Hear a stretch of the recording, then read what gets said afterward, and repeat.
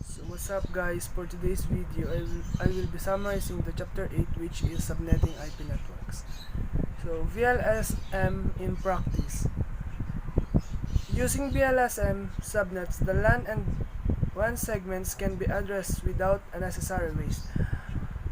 Using a common addressing scheme, the first host IPv4 address for each subnet is assigned to LAN interface of the router. Then interface of the routers are assigned the IP address and mask for 30 subnets. And the VLSM chart.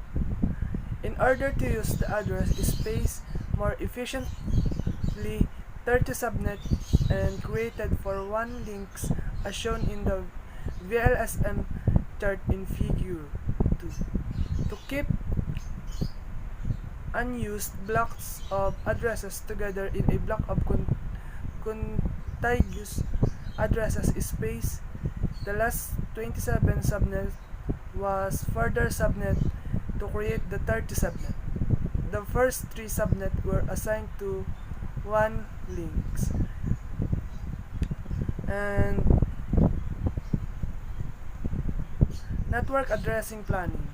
Planning network subnet requires examination of both the needs of organizations, network usage, and how the subnet will be structured. Performing a network requirement study is the starting point.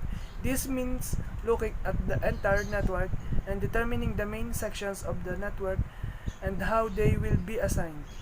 The address plan includes determining the needs of each subnet in terms of size, how many hosts per subnet, how host addresses will be assigned, which host will require static IPv4 addresses, end user clients. Most networks allocate addresses dynamically using dynamic host configuration protocol. This reduces the burden on network support staff and virtually eliminates entry errors. As well, addresses are only listed for a period of time. Changing the subnetting scheme means that the DHCP server needs to be reconfigured and the clients must renew their IP address. IPv6 clients can obtain address information using DHCP versus SLAAC. So the servers and peripherals. This should have a predictable static IP address. Use a consistent numbering system for these devices. Servers that are accessible from the internet in many networks must be made available to remote users. In most cases, these servers are assigned private addresses internally, and the router or firewall at the parameter of the network must be configured to translate the internal address into a public address.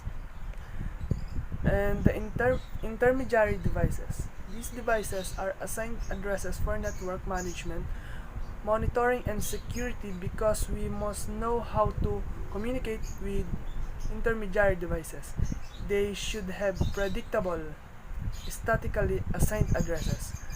And the last is gateway.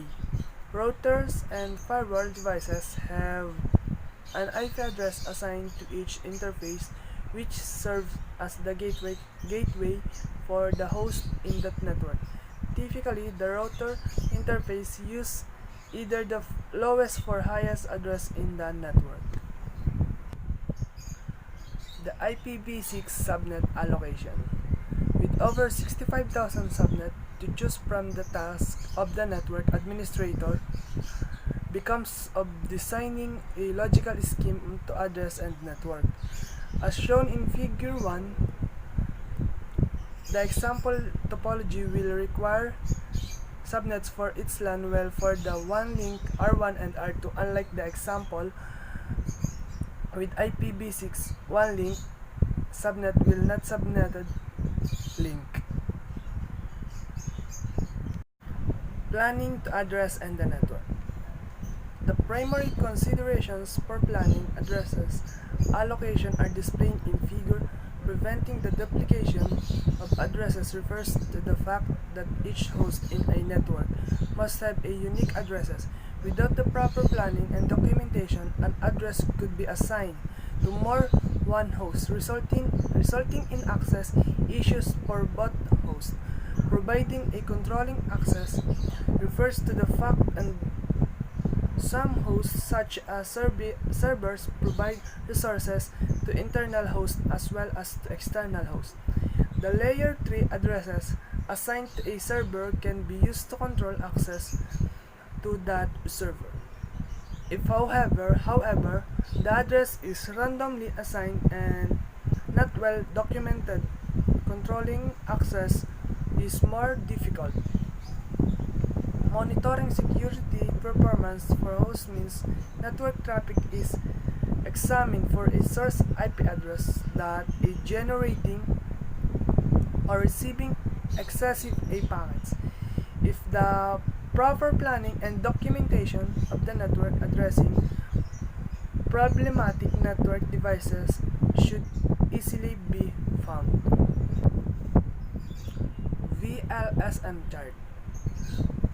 An addressing chart can be used to identify which blocks of addresses are available for use and which ones are already assigned shown as already assigned. This method helps to prevent assigning address that already be allocated. In order to use the address space more efficiently, 30 subnets and created for one links. As shown in the VLSM chart figure, to keep unused blocks of addresses together in a block of contiguous addresses space. Last 27 subnet was further subnet to create the 30 subnet. The first 3 subnets were assigned to WAN links. Designing and the addressing scheme in this way leave 3 unused contiguous 27 subnets and 5 unused contiguous 30 subnets. VLSM in practice. Using a common addressing scheme, the first host IPv4 address for each subnet is assigned to LAN interface of the router. Hosts on each subnet will have a host IPv4 address from the range of the address for the subnet and can be appropriate masks. Host will be used to address of the attached router LAN interface is default gateway address. We have a default gateway for building a host. 192.168.20.0-27 will be 192.168.20.1. Second is default gateway for building B host. And the third default gateway for building C host. And also default gateway for building D host. The process of segmenting a network by dividing into multiple smaller network space is called subnetting. Every network address has a valid range of host addresses. All devices attached to the same network will have an IPv4 host address for that network and a common subnet mask or network prefix. Traffic can be forwarded between hosts directly if they are on the same subnet. Traffic can be forwarded between subnets without the use of a router. So to determine if traffic is local or remote, the router uses the subnet mask. The prefix and the subnet mask are different ways of presenting the same thing, the network portion of an addresses. IPv4 subnets are created by using one or more of the host bits as network bits.